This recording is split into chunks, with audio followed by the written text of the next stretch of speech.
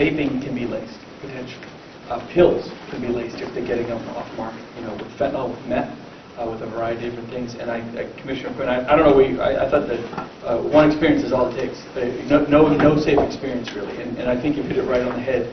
There's a little bit of a complacency. Well, if I'm not buying fentanyl off the street, I'm probably okay. You're not. You're not.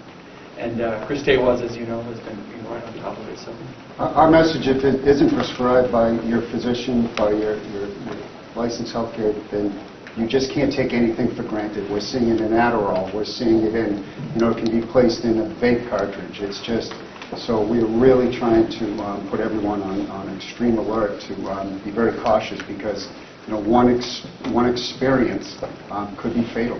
So on the contractual side, I'll say some of the contracts that we already have in place that do marketing for doorways and things like that, they're already transitioning their message right to what you're talking about, and then there'll be additional contracts. It has to go through the fiscal committee first, and then hopefully additional contracts will be coming here very shortly, probably in the August or September timeframe. Is there any way we can do envelope stuffers to parents at home with bills that may be coming from motor vehicles, coming from the tax department, somewhere that says, pay attention, because even once, it can kill a child. And we are working right now with Dave Mara, the governor's advisor, so there is a plan to do more messaging over the summer. So, yeah, but that's not a bad idea. We can look at whether we can utilize some of the communications that are already in process, right? Just to wake up parents, because I don't think a lot of parents are paying attention. They're not, and that's the scariest part. Because once kills. Yeah. The complacency. I'm going to take my governor hat off and be a dad. The complacency. I mean, I'm on top of it and all that, but the complacency that's out there it's almost fault per se, but it's just it's a new thing. We've never seen anything like this. But the fact that you have cases of other things being laced into a vape cartridge or into marijuana or whatever it might be, and the Adderall pills really got me. I mean, that's just evil. I mean, that's really. I mean, all they're trying to do is hook a kid, and once you get hooked, you can't get off. Knowing that, especially with inflation, parents might be buying something off market, or kids might be buying it off market, but they think they're getting an Adderall pill or whatever it might be, their medication. No, I think that we're working on a plan to really get aggressive about it. Thank you. Thank you. So, did we take a vote on that? On 10A? No. Oh, okay. All in favor of item 10A, please signify by saying aye. Aye. Any opposed? So that item is approved. So that concludes our items for Health and Human Services. We're going to move right into items for the Department of Transportation. I'll ask for a motion to adopt agenda items 11 through 15D from DOT. second. Any discussion? Sure.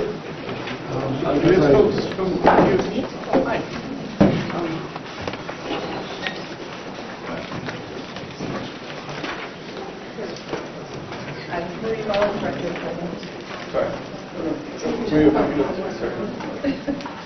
My question is that as I started stating this morning when we gave folks a proclamation, that there's $30 million in road improvements and $36 million in bridge improvements, and you sent us a list with where those dollars are going.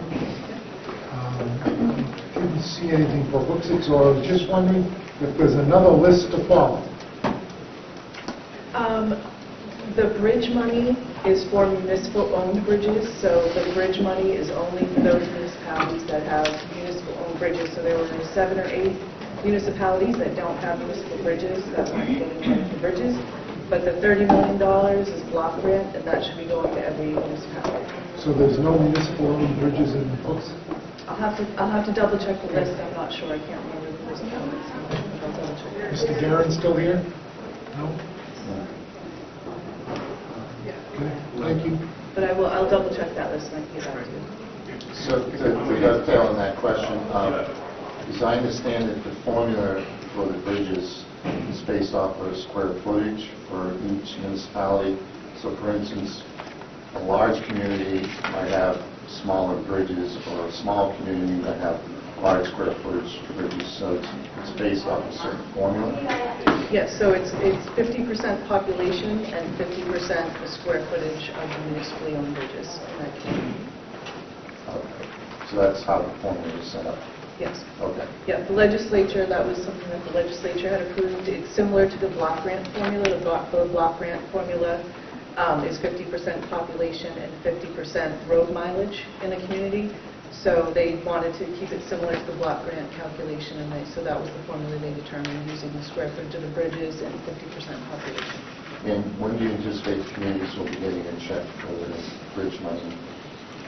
We have to do system changes, so we've told the communities by the end of December that we'll have that. The block grant money should be coming out this month. Within the next couple of weeks, it'll be distributed by the end of July. Okay, thank you. You're welcome. Can't let a meeting go by without asking about 4A. There was a constituent that called that is waiting on an appraisal, Land American Excavation. They've been waiting like 2 years. Okay. I can follow up on that. I Thank you. know our appraisal group is very busy, so I know they're probably working on it, but I can double check. Well, no, there were 2 appraisals done, Oh, but something's come up, so I don't know what it is. oh, okay. I'm not familiar with it, but I will. Thank you. get back Look to into you. it, that'd be Yes, great. absolutely. Any further discussion for DOT? Okay, hearing none, all in favor, please signify by saying aye. Aye. Any opposed?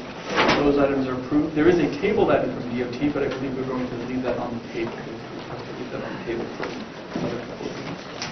I would note that item 16, originally from the Department of Military Affairs and Veteran Services, has been removed at the request of the department. And that was the only item there, so we do not have a Military Affairs Veteran Services item today. Moving on, I'll ask for a motion to adopt agenda item 17 from the Department of Agriculture, Markets and Food. So moved. Any discussion? Hearing none, all in favor signify by saying aye. Aye. Any opposed? Item 17 is approved. Could I get a motion to adopt agenda item 18 from the New Hampshire Insurance Department? So moved. Second. Any discussion? Hearing none, all in favor signify by saying aye. Aye. Any opposed? No. No. Thank you. The item is approved. I'll now ask for motion to adopt agenda items 19 through 23 from the Department of Energy. Second. Any discussion? Just checking to see what we're doing with helping those people with energy problems coming up in the very near future, because costs are going to go through the roof. Morning, Governor, Councilors, Chair Tripoli, Department of Energy. Josh Headley, Director of the Division of Policy and Programs. So either the next meeting or the August meeting, the contract providing additional electric bill assistance to light heat customers will be on the agenda. So that's about $7.5 million to help roughly 24,000 households with their electric bill this summer. So you'll see that contract, and right now we're just vetting lists and making sure that all the information that CAPS has is accurate, and we're working closely with the utilities, and things are moving smoothly there. We're also working to make sure that we're ready for the governor's $100 million emergency electric relief program. That will be a $100 bill credit. I thought that was 60. Excuse me, $60 million, I'm sorry. All the programs combined are about $100 million, I'm sorry. $60 million that'll be a $100 bill credit for nearly every residential ratepayer in the state. And that will likely be taken up by the legislature. That has to go through the legislature probably in early September. I think they're shooting. Have you found a different way other than just sending $100 to folks? Because certainly you're going to be sending me $200 because I get 2 different electric bills, and I don't need the credit. Is there any way we can do it through the towns and let them manage the money so that they can help people, the elderly, veterans, people that really need the funding, rather than somebody that's in a vacation home at Rye Beach? It's really not possible to vet the list. That is information that utilities would have. So income information. No, the local municipalities know who the people are in need of help. They do, and so what I would say is on the fuel side, we're working with the governor and legislative leadership on it, and on an option for folks who don't qualify for LIHEAP, but maybe in an emergency situation or need assistance, and we're looking at all the options of how we may get that aid out to them. But that's in development. It'll be probably several weeks before we know what we can do there. We're working diligently on all those options. Most of those folks, if you're on a fixed income or you're low income, they're already likely qualifying for the LIHEAP program, which is, you know, at least- Right, but the ones that are at 80% just break the threshold and they're not there, so there's really no ways to means test of the whole population and be able to get up quickly. I mean, we could create a program, but For the electric bill credit, it's not possible. Yeah. But on the fuel everything's side, possible. not for the need today. I mean, we need to get the money out the next couple of months. All I'm saying is that, you know, Governor, they're going to be sending you a check. They're going to be sending me two because I have a residence not only in Manchester, but also on the seacoast. And I don't think that's right. So the idea of setting, and I completely understand that we've gone through 100 different scenarios of how to potentially do this. The challenge we really have is if you're going to ask folks, if we're going to expand the eligibility requirements and ask everybody to come in on a separate application process, you're going to effectively be asking a couple 100,000 households to come in the next couple months to process those applications and all of that. The towns just aren't set up for it. To again, set up the criteria and ask towns to process and means test, whatever has to be done. So we have looked at it, and I completely understand it. At the end of the day, we also decided it's probably not best just to send people checks as opposed to just giving everyone a credit off their bills, so that way they don't have to worry about the check coming in and it going and just automatically get taken. But speed is really the challenge. And again, we've sat with the legislature.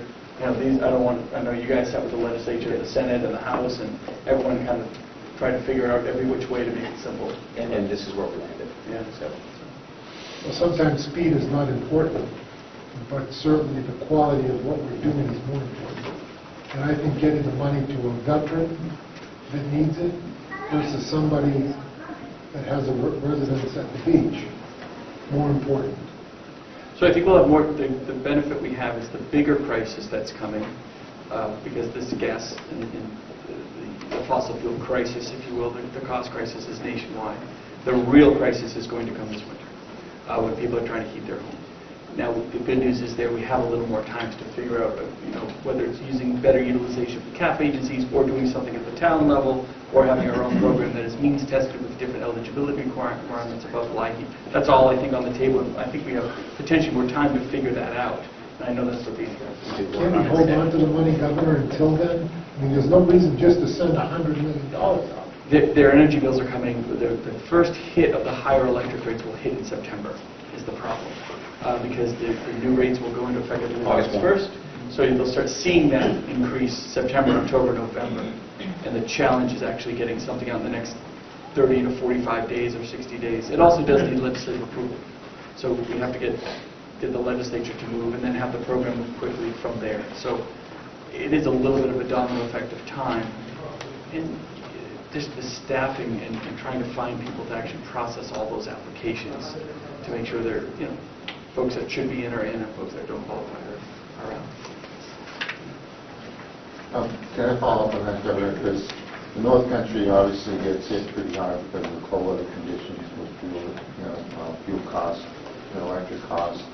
I imagine the community action programs who have been receiving kind of the fuel assistance requests are set up to take other types of requests.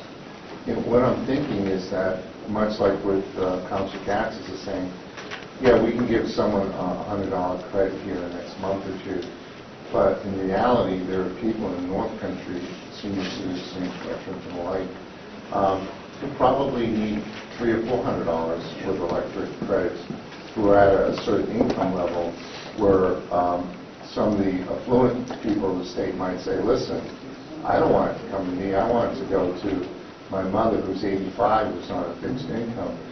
To me, it's kind of the distribution of that, whatever, 60, 100 million, 60 million, that it really gets into the hands of the needy people in the state versus everybody in the state. So again, the CAP agencies are not equipped to be able to handle it. They were absolutely overwhelmed with the rental program. That's why those applications took months and months. They could not keep up, and that was just with rental assistance. So this program stands to be even bigger than that, especially when you're asking to do means testing and all of that sort of thing about who applies and who doesn't. So unfortunately, that avenue is not available. Now, for those individuals who need extra help, they already qualify for the LIHEAP program, the additional money through LIHEAP, plus they get this on top of it, right? So those that are in most need will get more money, to be sure. But I'm with you. I mean, don't get me wrong. I totally get it. But to get the dollars out fast and to get the program to work, I don't know if there's any solution. Can I follow up on Yeah, one please. last idea? Yeah. Okay, if you get your, because a lot of times you can do this online, you pay your electric bill.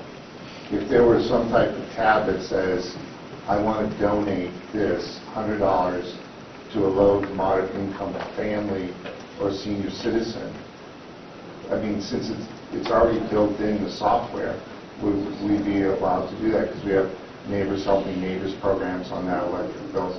So I'm just thinking there's got to be a way for someone who says, hey, I'm doing very well, I don't need that extra. Folks to give their credit back? That's not a bad idea. We can ask. We'll ask the Yeah, utilities. that's not a bad idea for folks who want to voluntarily donate their credit back to that Neighbor Helping Neighbor fund, which is already set up and can push the dollars out. That might be a possibility. Yeah. I just want to make sure it gets to the people that need it.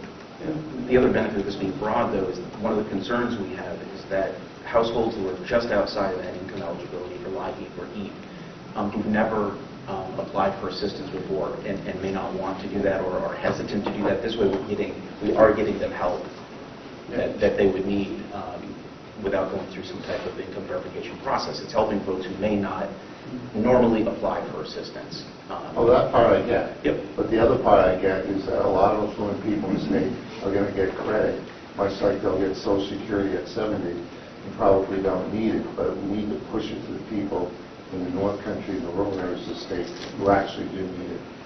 We'll check with utilities and we'll report back. The easiest way to do this would be to expand the eligibility on LIHEAP. It'd be that simple. But unfortunately, the feds aren't. That federal process is so complicated. The delegation, the folks in Washington have no interest in expanding that, and they don't even know how their own system works. To be very frank about it, it's been horrible trying to work with the federal government to provide state flexibility on and off. It's just a disaster. So unfortunately, we have to kind of come on top of them with something quick. And speaking of LIHEAP, we're budgeted for how much, and what is our increased budget amount that we're going to propose? We have around $50 million for the LIHEAP program this coming winter. And on top of that, we will have the $7.5 million in electric bill assistance to that group. So $50 million, and we're confident, based on the numbers, that will be adequate. The increase that we will implement this year, we're working on that. We should have that in the next week or so I can report back on that at the next meeting. In terms of going from 25 to 50 million, Correct. therefore how many more people and how many more potentially, how much more they might be getting. Right, and we have to work through those numbers, but we're close. So we'll report on that. At the end of the month. So we programmed 25 million for last winter? We received around 25 million last winter. And we'll be using that this winter with what we expect to be a similar grant amount from the federal government, so around 50 million. Versus 25 last year. Correct. Okay, so we're basically doubling our effort Yes. for this upcoming winter, and we have no idea what heating fuel number 2 is going to cost. Because right now it's right about $5 a gallon. Minimum, if you're lucky. Yeah, I think it's close to 6, but it's going to be a lot. It's going to be a lot. Last It's gonna be a lot. winter was probably, or at least earlier in the winter, was probably more like 250. Right, yes. So one of the challenges, I was talking to some of the fuel oil companies, one of the challenges isn't lower income people filling their tank for the first time, it's the second fill up. Because if they haven't paid the bill on the first one, you'd be asking all this company to carry over some giant account receivable, and so they're hesitant to go fill up a second time if they're still owed money on the first one, right? So the first one's the easy one in a way. It's the second one where you get into trouble. Well, it's the second one that usually comes around January, right? You do a big fill, a lot of people do a big fill in November, December. The real cold weather hits in January. The demand is really high. Who knows where the price will be? That's where I get very, very nervous about the need. And expanding beyond that $75,000 income for a household of 4 people, that's really the max eligibility there. We got to get beyond that. And I know these guys are going to be working with the legislature to try to figure something else. And again, not this energy one where everyone just gets it, making it more, I'll just keep going back to the term, more means tested, where it's an expanded of eligibility, but not for the wealthiest of the wealthy, getting a credit when they just don't need it. Now, what the credit also goes to, if you're just giving out credits on bills, that means people, and those are New Hampshire tax dollars, that are coming out of the Well, there, surplus. well, it would come from 2 places. The energy one is mostly surplus dollars. I'm not sure how we could use ARPA. We still have some ARPA in reserve, or we could use surplus dollars. We could use either or. An ARPA, they're still tax dollars. Well, when you're giving out just an arbitrary number as a credit, you're going to be sending it to Massachusetts people, In terms of homeowners. in terms of homeowners. Summer residents? Even winter residents. I don't even know if we'd be allowed to disqualify people because a Massachusetts person owns a home in New Hampshire. I don't know. And the utility, we've had a number of conversations with utilities on this, and it would be very difficult, nearly impossible to figure those out, just with billing addresses and where folks receive their bill.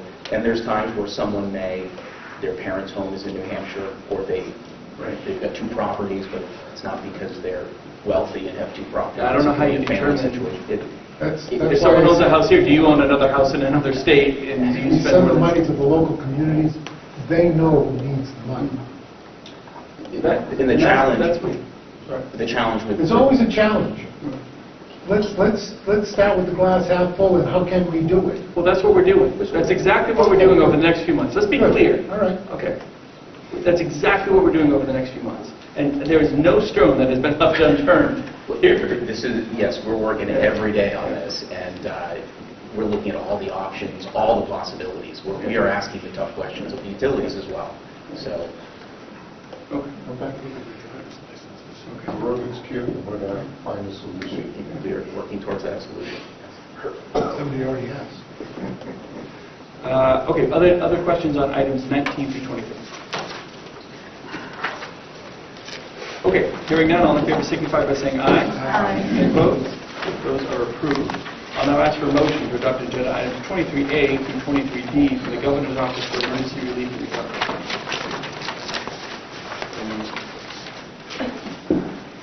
Second. Any discussion?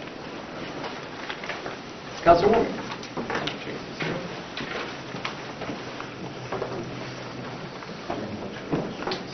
Hi, Governor, Councilors. Chase Hageman, Deputy Director, Gopher. Good morning. Morning. My question is about 23C. Okay. This is the restaurant money. Yes. And the program, it looks like we're awarding in this initial round 153,000 out of 3 million. Correct. So just wondering what we're doing to make sure the word is getting out. How long is this program open? Does people know how to apply? What can we do to make it even more accessible? It just looks like it's not getting to the right people. Certainly, I can appreciate that concern, Counselor. Just as a little background on the program, it's a monthly review cycle, so there were different stages of review applications that came in at certain times. This is review from the first wave of applications. As you might expect during the busy summer season, it can be hard to get in touch with some of these restaurant owners. Some of these applications require a fair amount of back and forth. So there's a bit of a delay in terms of getting some of the awards here to council for approval. So this was just the first tranche from the first wave. The program itself, actually, the application closes tomorrow.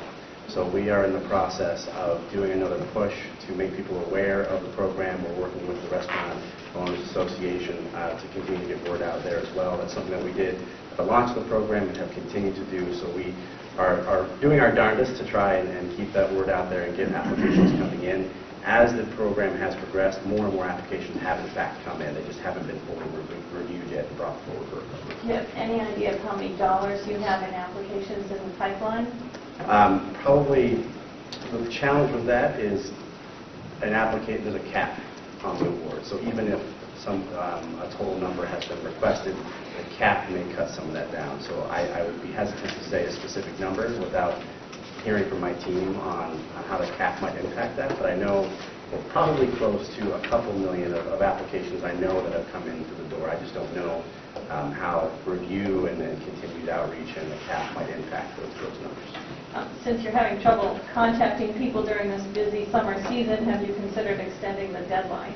We have been talking about that, and I don't know that a final determination has been made, other than perhaps if we let the program close, perhaps revisit it again later in the year when the busy season has passed. So options are on the table. A final decision hasn't been made yet. In part, we want to see how these applications coming in, how much of the fund they're actually going to end up utilizing. Further discussion? Councilor Stevens? In West New Hampshire, the Yes. portal opened on Monday. Yes, it did. How did that go? What was the participation rate? That is a great question for BEA. Unfortunately, I'm not running that program, but as I understand it, it did open smoothly and everything is live. You can go to, I believe the website is invest603.com for additional information on the program, including a webinar that was done for additional information. So my response, not being at BEA, would be to direct people to that website, but as I understand, everything is live, up and running.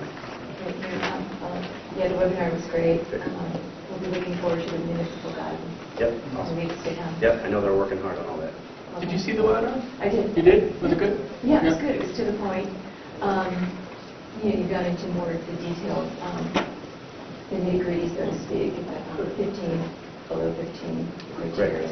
Great. But it was spelled out very clearly. Awesome. I didn't see it. Thank you.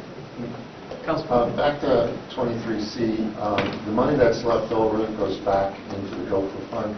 Well, Does that get reprogrammed for some other type of program, or? For any authorization of those remaining funds, they would come back for reallocation under ARPA SLFRF guidelines. So they wouldn't necessarily come back to Gopher for reuse unless it was for the same exact purpose. It would be sort of pulled back into the broader pool for reallocation broadly. Okay, so the broader pool of money is not controlled by Gopher? So every agency, including Gopher, comes forward with an accept and expend. We don't house all the money at Gopher. As each pool of funding is utilized, we come forward for permission to use. So you just facilitate the programs? Correct. Okay. Thank you. Further discussion?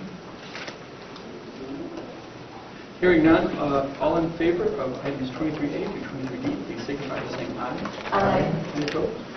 Those items are approved. Thank you.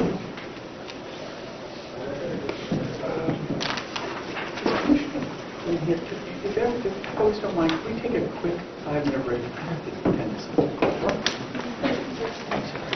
Just take a quick 5.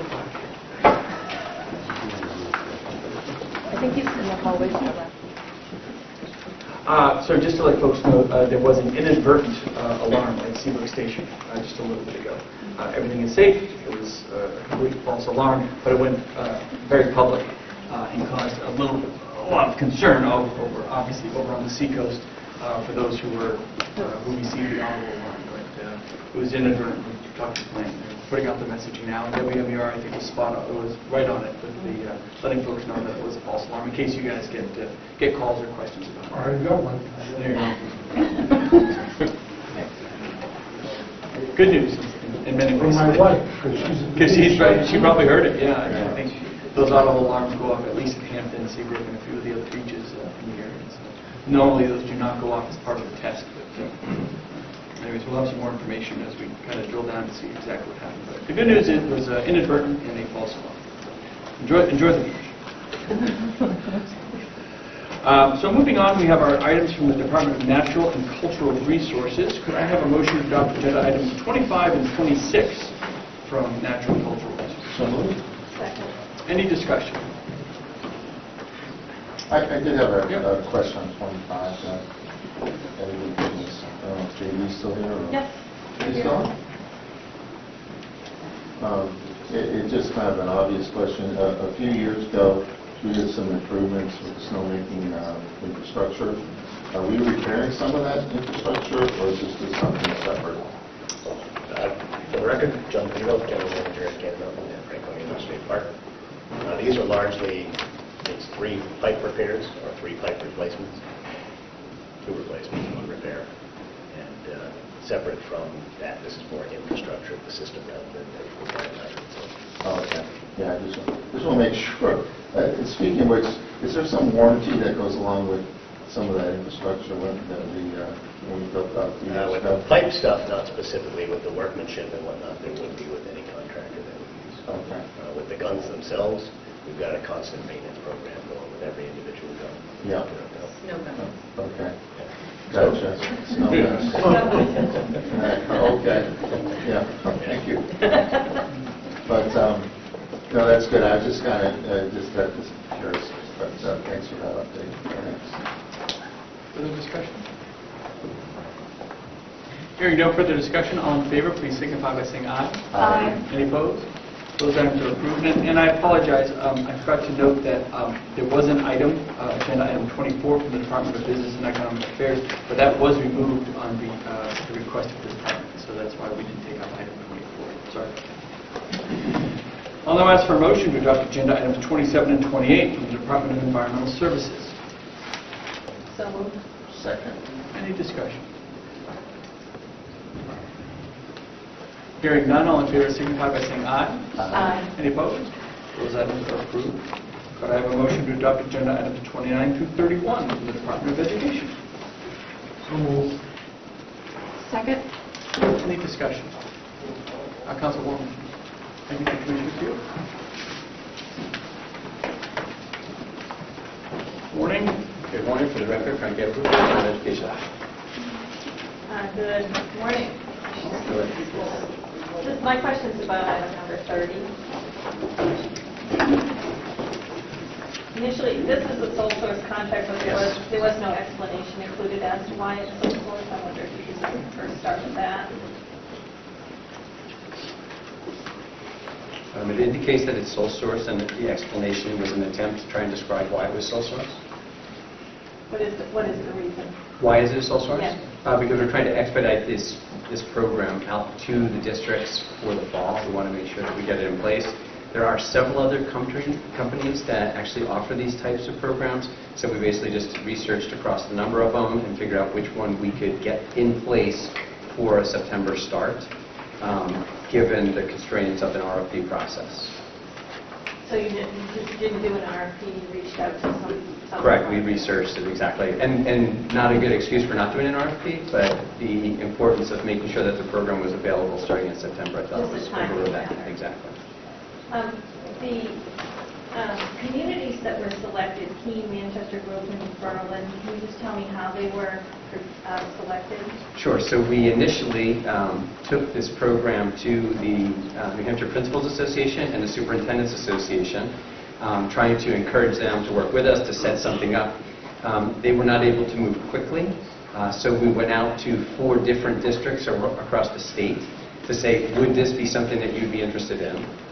Those individual superintendents were able to look at the program in an expeditious manner, give us feedback on the program, agree that if we were to do something, that this is something we'd want to participate in. So we knew that we had some schools anyways that would participate, and the goal is to roll it out to those districts, and we believe as it rolls out to those districts, the other districts will come on board.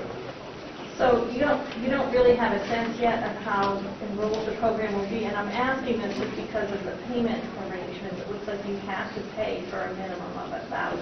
We do, and so again, we went to some fairly large districts. We went to Keene, we went to Manchester, which are 2 very large districts, and we got a very favorable response from them that they believe that they would have a number of students that would qualify for this program. So we do think that we will hit the minimum.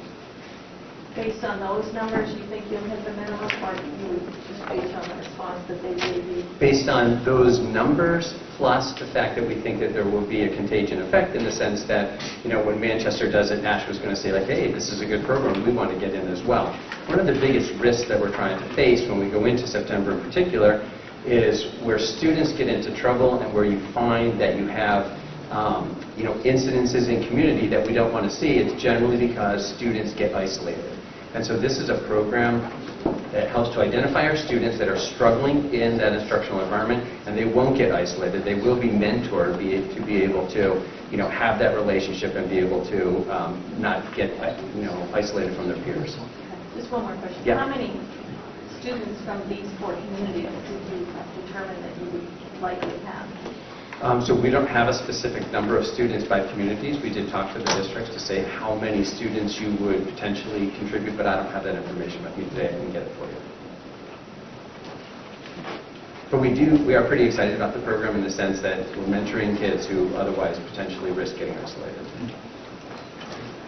Councilor Wood. Yes, Governor. On item 29, I have several questions. It says the Choose Love program is our choice. This was not put out to bid this conference, or there's really no contract here.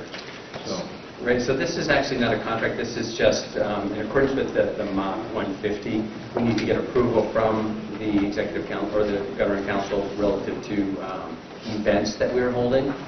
So we are seeking approval for the event, and once we get approval for the event, then we will go ahead and contract that. So it might involve a number of different contracts. It says supporting students, families, and educators. So who are the attendees here? It doesn't say, is it just teachers or? Nope, it's going to be community and educators and parents, and it'll be like a very wide net that we are casting for this program. So how do they get invited? We're going to have promotion in social media. We're going to have promotion in terms of direct mail to, probably email out to various lists that we have in the state. Yeah, I see on the budget that there's $500 for $125 to mail out postcards. Okay.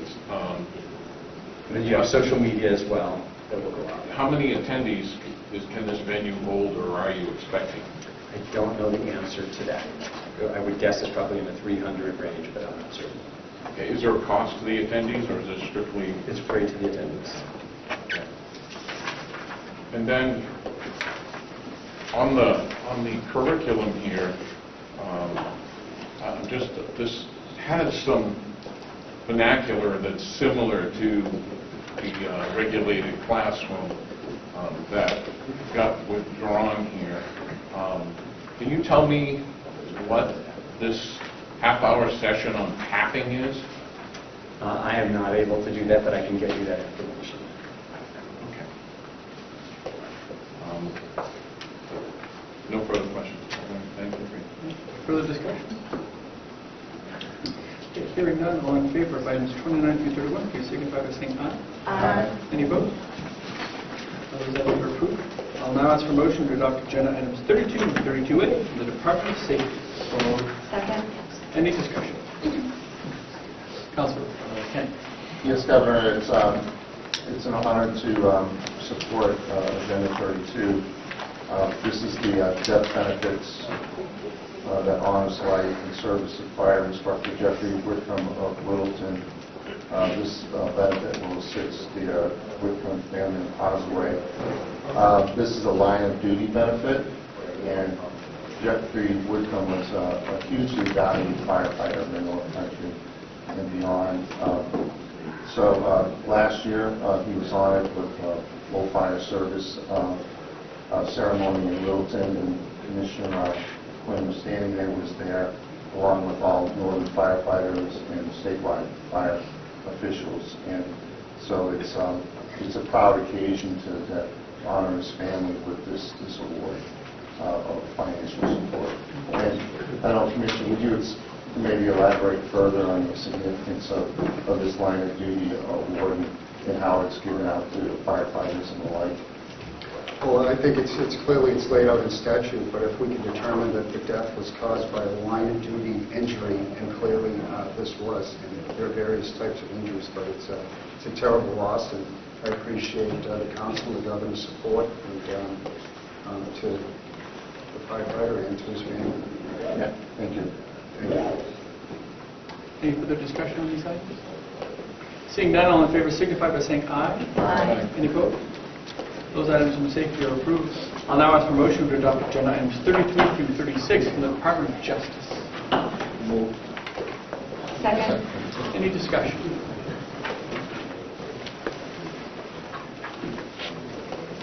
Hearing none, all in favor signify by saying aye. Aye. Any opposed? Those items are approved. I'll now ask for motion to adopt agenda item 37 through 41 from the Department of Administrative Services. Second. Any discussion on any of that? A couple more commissioners here. Sorry, Commissioner, I told you I didn't have any questions, I just didn't realize. That's okay, I'm here anyway. This is on item number 41, and I think just doing the math, it adds up to 3,200 times 24, 76,800, which was the original amount put in Exhibit C under the not-to-exceed price, and it was changed by hand to $100,000. Just wondered why. Well, I don't have an answer to that. It's your vacation. Yeah, literally, What page will we change by hand? It's 17 of 19 of the contract, so it's the Exhibit C. But if you do the math, it adds up to the 76,800. So I just wondered if there was some reason why we increased the not to exceed. Bill, if I'm honest, I have no idea. I suppose somebody thought, oh, let's round up, but that's not, doesn't seem appropriate. I'm sorry, if this meeting had been on Wednesday as usual, I would have gotten to No, I'd ask if you would consider tabling it. Yeah, motion to table. So we have a motion to table. Is there a second? Second. Second. There's a motion to table and a second. All in favor of tabling? Sorry, I just want to make sure I have that right. That was item, is that 41? 41. Oh, 41. All in favor of tabling item 41, please signify by saying aye. Aye. Any opposed? Item 41 is tabled. And I'll get back to the whole council. I think it was initial, right? So I think it should have held up. Probably a Yeah. reason for No, it. yeah, I'm sure there's a reason. So Well, yeah, so it's initial, but it's not initial. I have faith. You're good with numbers. We'll make it all work. Well, you would think.